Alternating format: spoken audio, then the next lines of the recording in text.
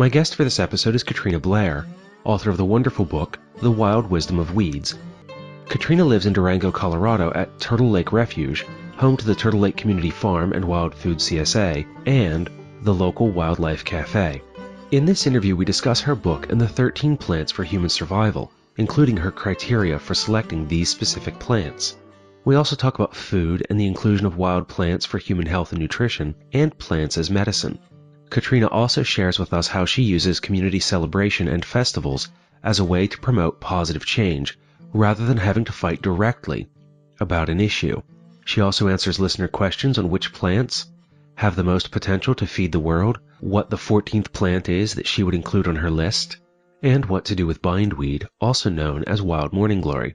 If you are interested in wild foods, this is a great interview and book to start with.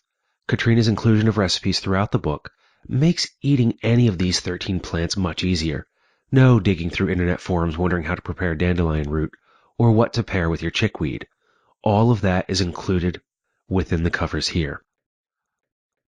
Before we begin, I would like to thank everyone who helps to keep this podcast running, as I depend on your generous gifts to pay for web hosting, software equipment, and provide a small income for myself from the work that goes into this show. You make all of this possible. If you are in a place to assist the podcast, please do so by going to www.thepermaculturepodcast.com/support. There you can make a one-time or recurring monthly donation. Now then, on to Katrina Blair. Then, if you're ready, Katrina, could you give us a bit of your biography and background, how you came to do what you're doing, and then we can discuss your book. Wonderful. Well, thanks so much for inviting me to participate. I grew up in Durango, Colorado, and my family had a unique, I guess, a little bit of a unique background because my mom had arthritis when she was 17, so before I was born, and she went 12 years through Western medical treatments and surgeries and drugs and continued to disintegrate with arthritis. And when I was 2 years old, she got inspired to do a juice fast. And after drinking juices for 4 days, the pain was chronic for her for 12 years pretty much disappeared. And that was a huge wake-up call for her, realizing that there was another route to health. And so at 2 years old, that was my first memory of coming home with this purple popsicle and her telling me, "That's not food, eat a grape." And from that moment on, our family started this tradition of doing green juices twice a day. And so we would do it 20 minutes before breakfast and 20 minutes before dinner.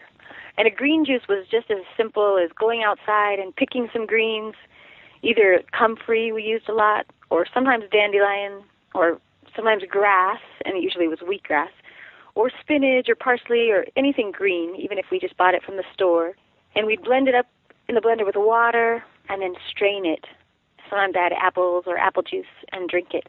And I think that my mom's orientation towards health, and then my dad, he's a mountaineer and an outdoorsman. He introduced me to the wild and to the outdoors very early on. And so my path became really clear that I wanted to combine the outdoors with the health. And for me, that was wild edible foods. And so right after high school, I actually decided to camp out for an entire summer just to eat the wild edibles by my home. And I had a bicycle, and I would bike up to this camp and stash it in the woods. And I learned so much that summer by eating wild edibles. Although I mostly ate all wild, I brought a little bit of cereal with me, like buckwheat, sunflowers, and flax seeds that I would make for breakfast. But other than that, I really just learned so much. And then I continued on to get a degree in college in biology and was able to do several independent studies on wild edibles. The college that I went to was Colorado College, and you take one class at a time for a month. So I was able to do these independent studies where I could go to the woods for the whole month and then come back and write a paper and continue my intimate studies with the wild plants that way. And so my final project for college was the wild edible and medicinal plants of the San Juan Mountains, which is the mountains right outside of Durango. And then continued my passion for wild edibles with the outdoor world, doing outdoor pursuits and outward bound as well. And then eventually went and got a master's program in holistic health education. And then after that was complete, I came back to Durango to start Turtle Lake Refuge, which is a nonprofit focusing on our mission is to celebrate the connection between personal health and wild lands. And that has now been over 16 years of having a cafe, and we have a 2-acre farm where we do a lot of education and permaculture practices, as well as wild food CSA, and we make wild food treats that we sell from our commercial kitchen to the different stores, and a lot of education, though, in everything we do. And, it's very clearly to encourage land stewardship practices and promote care for the earth in all of our activities. So that led me to writing the book eventually. I did write another recipe book first, which is it's the story of Turtle Lake Refuge and all these different wild food recipes. And that was published in 2009, self-published. And it's a fun little spiral-bound book that has a lot of information and stories and recipes in it. And then Chelsea Green approached me saying, we'd like you to write a book. And luckily I had been wanting to write this book for a long time, I've been knowing it needed to be written since probably even before the other book was written. But in 2010, I did kind of start taking notes, and then when Chelsea Green approached me, it was like, yes, I do have a book that needs to be written.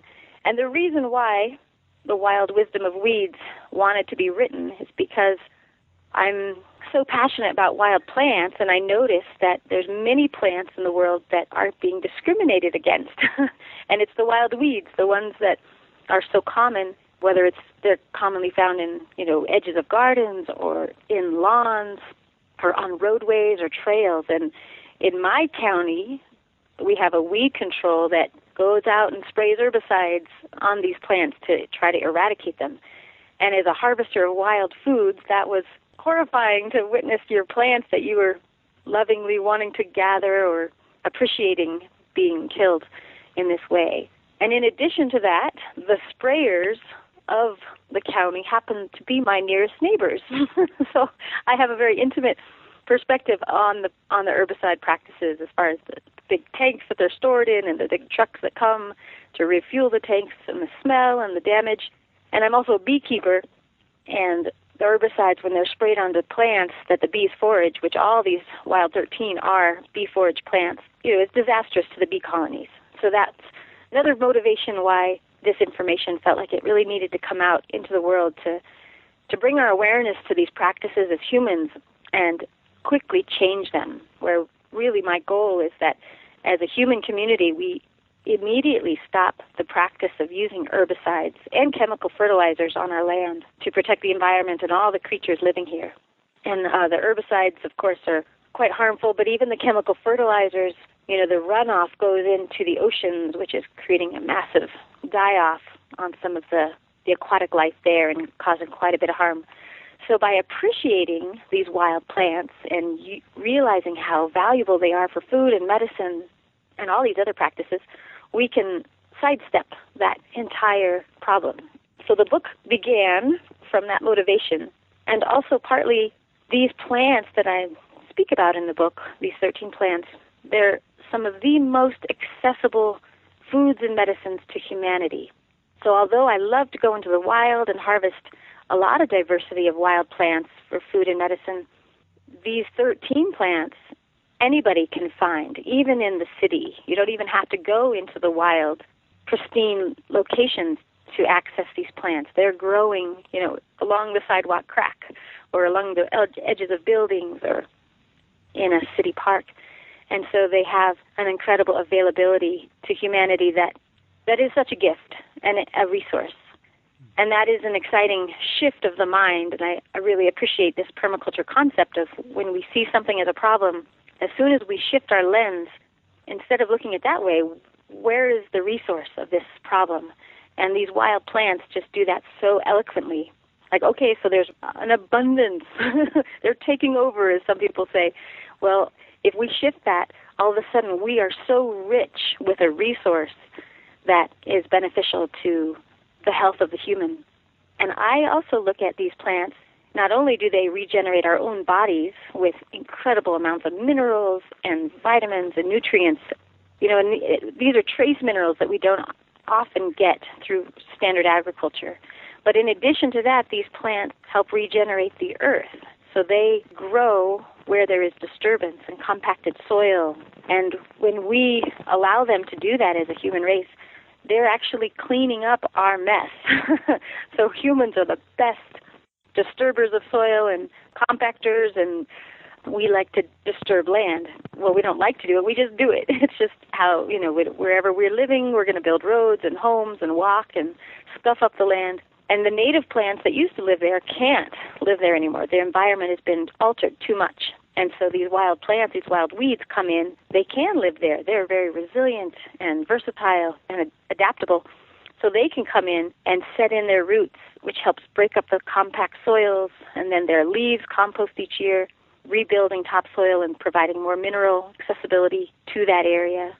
And ultimately, they're bringing back the diversity and basically a climactic ecosystem where the native plants once had, and then through disturbance that changes. And it's these wild weeds that are the vehicles, and they're basically the heroes of the 21st century for humans. As we disturb the land, they come and help regenerate it with us. In choosing these 13 plants, two of the things that you've mentioned for why you selected them was because of the availability in just about any human inhabited environment, and also the ability to rebuild the soil. What are some of the other choices that you made in coming up with this list of 13 plants? Great question. In addition to being accessible and regenerators of the land, the other qualifications that I chose were that they were edible first, so that they were food sources first, and then also medicines. But I didn't choose a plant that was only a medicine. I wanted it to be a food first and then also have medicinal qualities. Those were the other big component. And of course, being able to grow in a diverse range of habitat, which means they can grow at sea level and high elevations and cold temperatures, hot temperatures, dry, wet. So really that versatility of where their niche is, their ecosystem.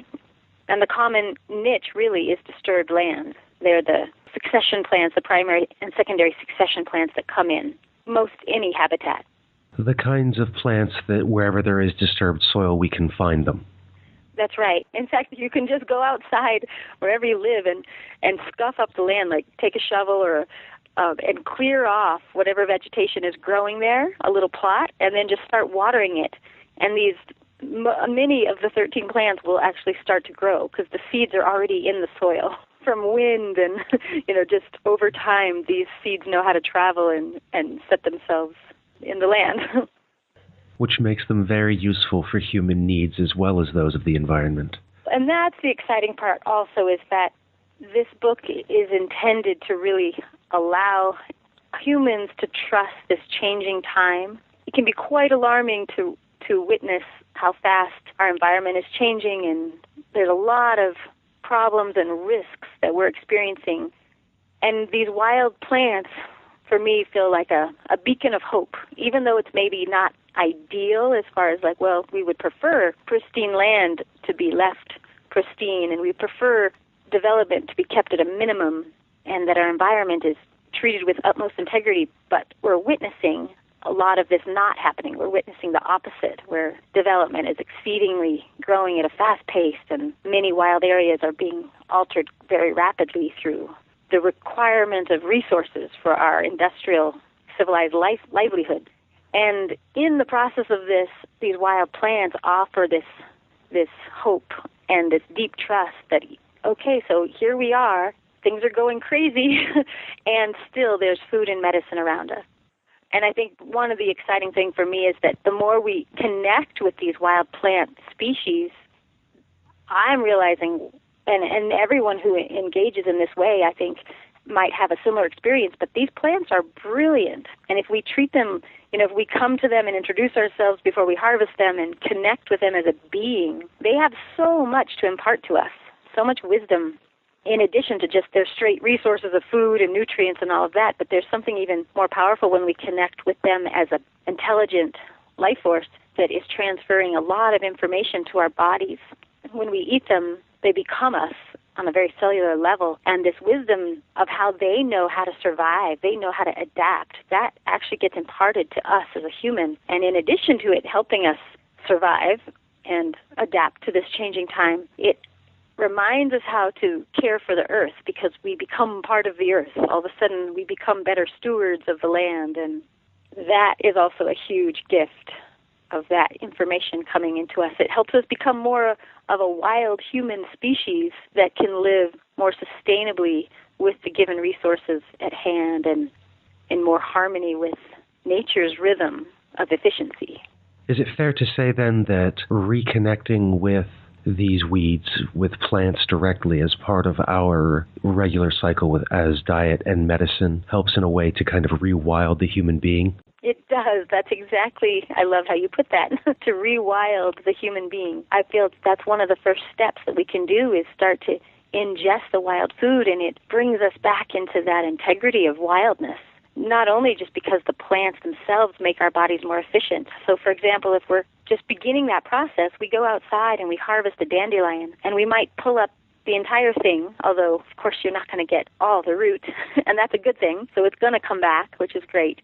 But I did this just yesterday, and I made a dandy candy. And this is January, so I actually had to dig under the snow a little bit. But there it was, a dandelion. And a lot of the old leaves were kind of withered and yellowed, and even some of them already composting. But in the very center, in the rosette, there's all these tiny little new green leaves that were starting to emerge. So I dug out the root. And what's really beautiful about digging dandelion roots in January is that the sugars concentrate into the root, and the roots become much sweeter at this time of the year. So I dug up this dandelion, which was very exciting. Even though the ground was frozen, I was able to get a shovel in and pop a little bit out.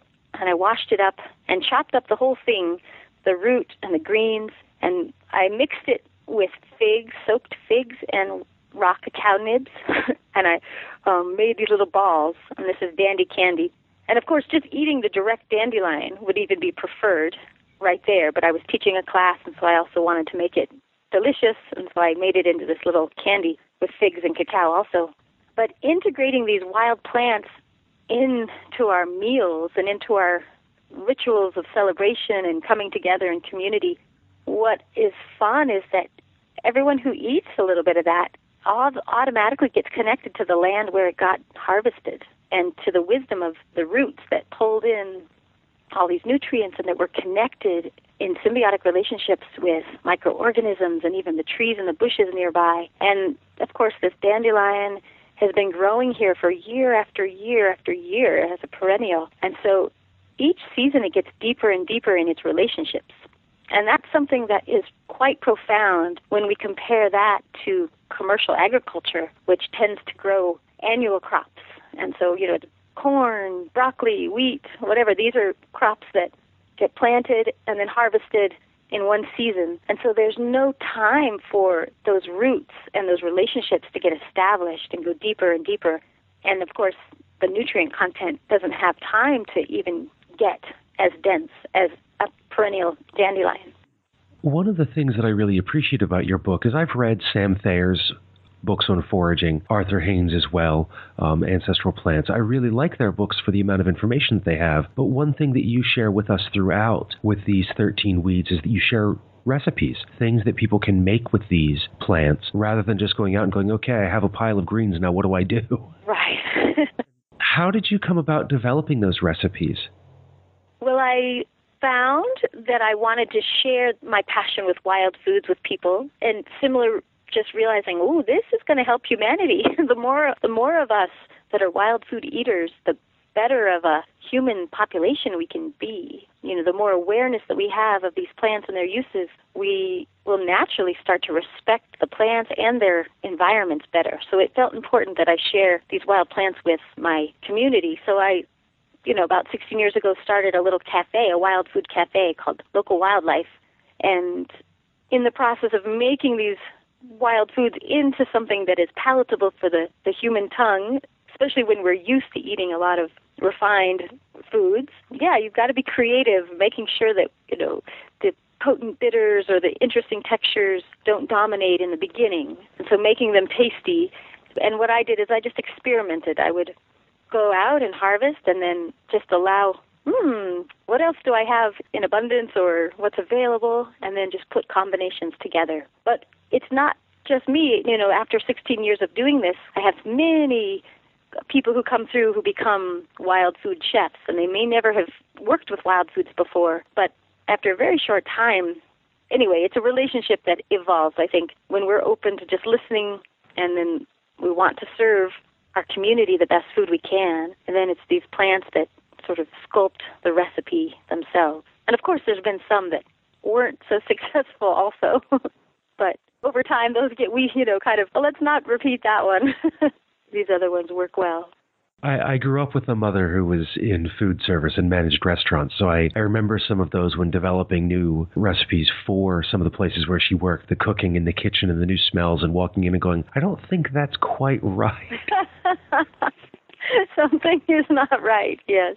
You mentioned the local wildlife cafe and introducing wild foods to others. What does your Wild Food CSA look like? Yeah, I think the Wild CSA has a lot to offer, and I think it can be a standalone program, or it can just be integrated into another farm CSA. And I think the reason why it's so valuable is that being able to utilize all the plants growing on the farm. So a lot of farms spend a huge amount of time weeding, and rather than just discard those plants or give them to the compost pile, to actually get value for them and therefore get value for the work that you're putting into harvesting them. And I find that actually when we hold the mindset that we're harvesting instead of just weeding, there's a much more enjoyable experience. And so harvesting, you start to take more care, and you start to kind of awaken to the realization of, oh, this amaranth, this pigweed, is going to go into making green chips, or it's going to go into a salad mix,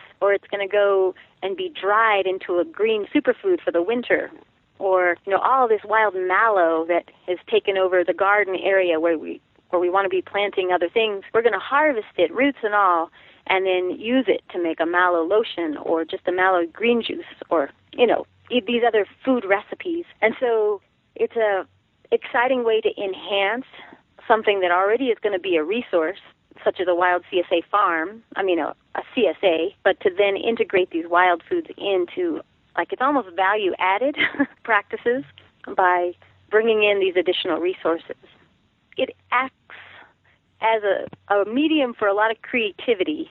It's like, okay, wow, I have a lot of thistle. And one fun part is that wild foods, a lot of people are interested in learning more about the wild foods. So offering a wild food CSA can actually call in a lot more volunteers to the farm just because of the learning process. And that's what we've found, is that it's a lot of labor to harvest and then process, because we don't just give them thistle root necessarily in a weekly bag, but we'll process it into a thistle root chai tea and give it to them in that way, or we'll actually make the lotion.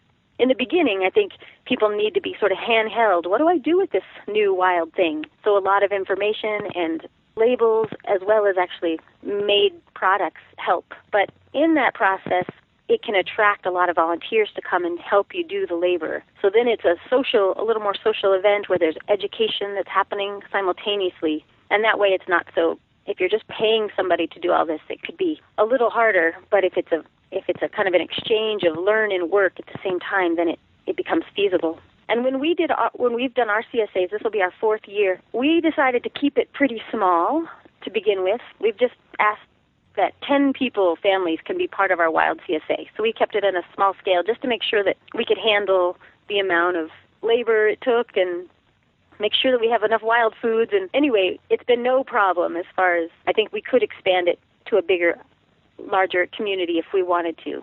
Just it depends on, we have a refrigerator that we put all the bags in for when people pick it up. And, just logistically, each farm has to figure out how they can manage how many participants. But for us, we kept it small in the beginning.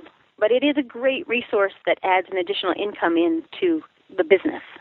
And is your commercial kitchen also a part of that, because that allows you to create secondary and tertiary products? Yes, and we do use our commercial kitchen to make these extra foods. That's right. Yeah, and for us, we have a wild food lunch at our cafe every Tuesday and Friday, and our wild CSA pickup day is Tuesday. So we have people come, and they come to lunch oftentimes, and then they pick up their goodie bag. And anyway, but that morning, it's a very bustly morning in the kitchen, in the growing room spaces. We actually got kicked out of the kitchen, and we have to set up tables outside to do a lot of our wild food processing, because it's quite well, not dirty, but like there's roots and there's big leaves and twigs and, it's quite, we take up a lot of space. So anyway, we're out in the carport under tarps with tables, and then when we need to make something in the kitchen, we'll go in and make something, but then we do a lot of our processing outside. And that's actually really fun, too. It just sounds like it would be a lot of fun to be surrounded by friends and family and volunteers and be processing and preparing those wild foods. Yeah, it's really beautiful when you see, all these flowers and roots and leaves and stems laid out in piles, big piles on various tables, and everybody's working on their little piece. It's very exciting because it's new and creative ideas start coming, and then we're labeling and packaging in little ways. We're like Santa's elves with wild foods. That mention of community leads to a question from one of the listeners, Sean. She was wondering about the Dandelion Festival and what you do at the farm to build community. Oh, that's a great question.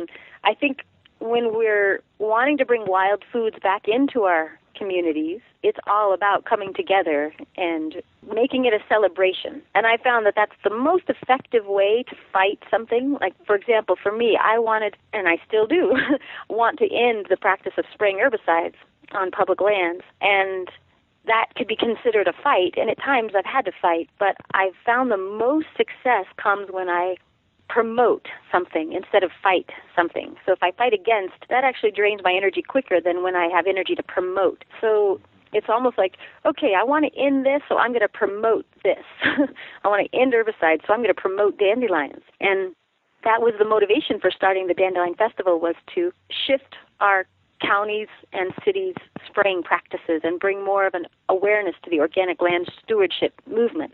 So we started the Dandelion Festival as a celebration where we harvested all these dandelions and gave it to the breweries in town. We actually have 6 breweries in our little small town to make beer, and they made a dandelion beer for the festival. And then, we invited speakers and lots of music and a lot of booths. It's just a big festival day in the park, and it's around May Day, so we had a big maypole dance as well and a lot of activities, and it's worked. It's almost like there's a momentum that's been building now. This will be our 7th annual Dandelion Festival, and people have come to just expect it. It's their favorite festival the entire year in our town, and it's a very, very fun, playful movement that now is just gathering support of more and more people automatically saying, of course I want that. Of course that's what needs to happen. So I think it's really important that we bring our community together in celebration towards where we want to go. And that helps end things we don't want without having to focus on the fight so much. It shifts that perspective to a positive one. Right. And much more people want to join in on something that's fun than something that, ooh, that sounds stressful. Yeah, that's right. And it's worked. I mean, we've shifted from having no organic parks in our town. Now over a third of the parks have been managed organically, and it's a continual process of learning, and we're going to continue adding more parks in and keeping the education going.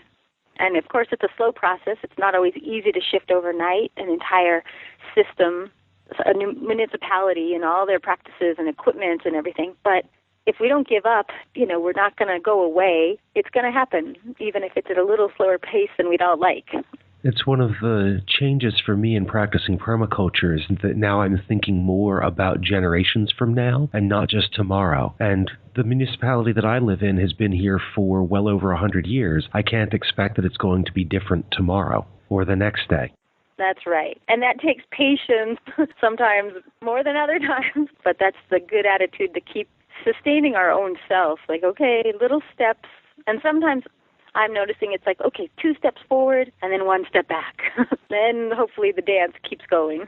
Well, I have a friend who's a rock climber in a mountaineer, and I asked her once, how do you climb a mountain? And she just said 1 step at a time. That's so beautiful. I have a little song I'm going to sing you. It's a sweet song that came when I was on a walkabout one summer.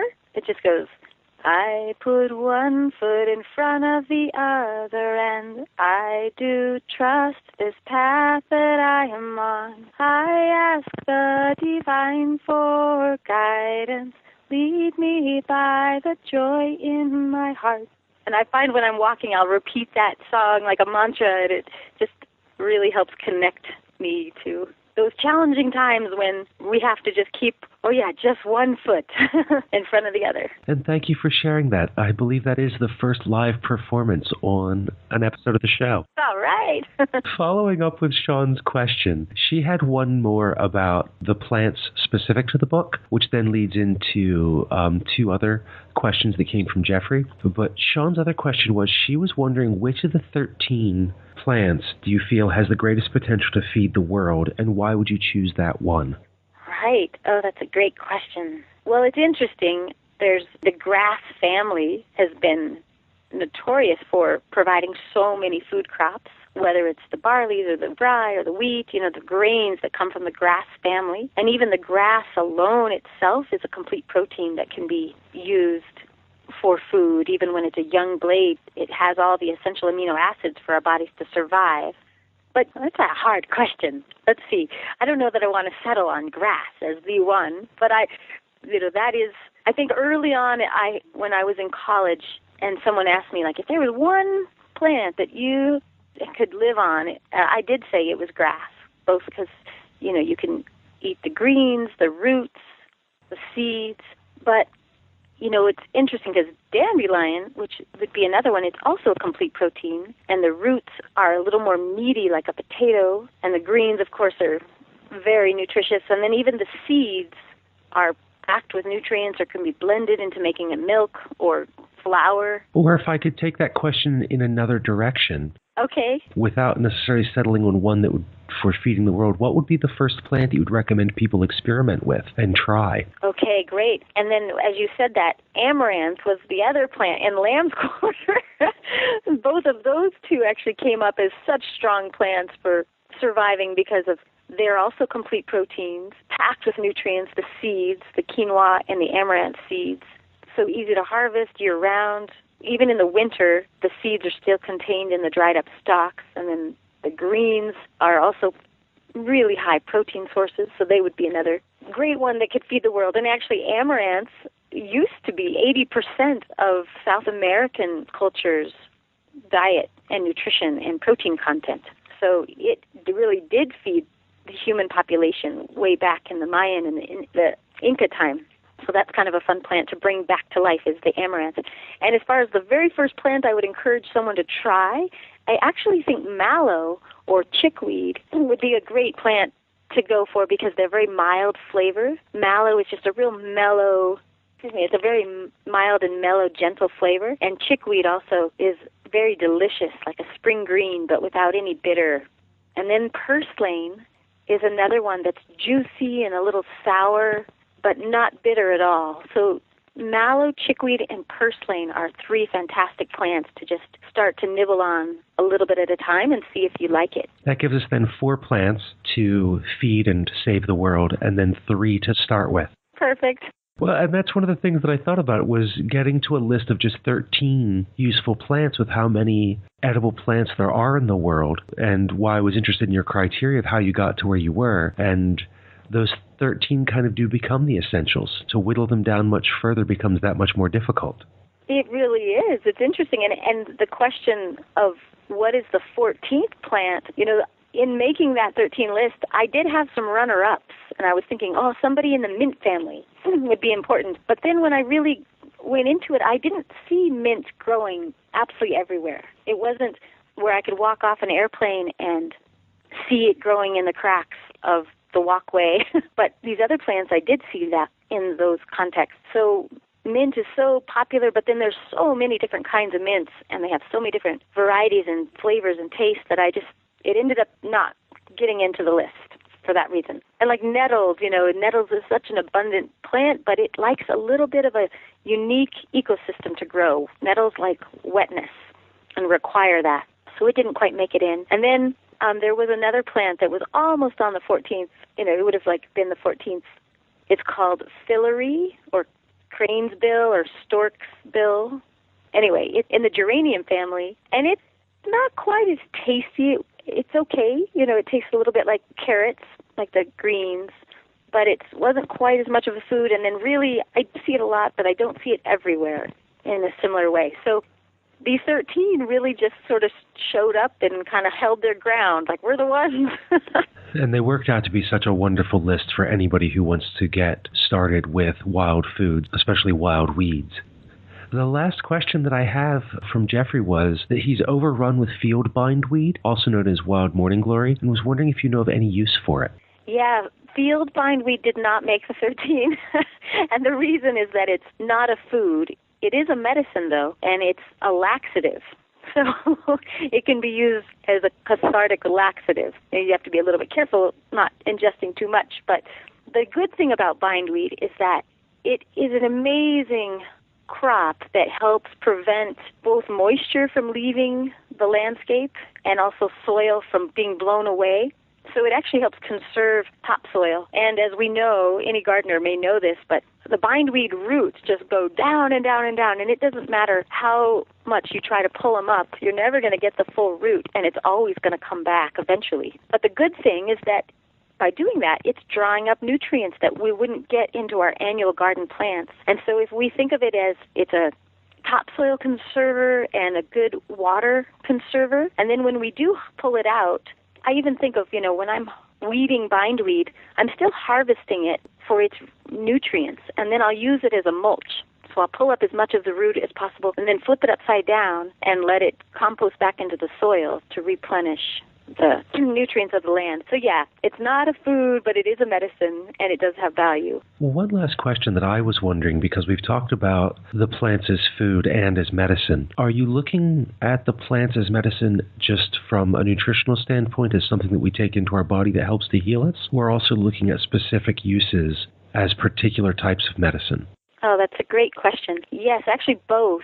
Each of these 13 plants are food, and when food, when I like Hippocrates saying, let food be thy medicine. So when we eat these wild plants as our food, we actually don't need further medicine because they keep our bodies efficient and tuned and healthy. But then when we find ourselves out of balance or, excess in different ways, and we need a medicine, or we're just in a situation where we got bit by a snake or we got an infection or whatever, these plants can be a specific medicine use also, such as plantain. It's a fantastic plant as a medicine to draw out infection. Or mallow is a fantastic medicine for drawing out congestion in the body. So yeah, they act as first food that really could be the medicine by not having to ever get sick, but then they also can be utilized specifically for medicinal purposes. As a follow-up to that, do you have any resources that you would recommend to someone who would like to learn more about plant medicine?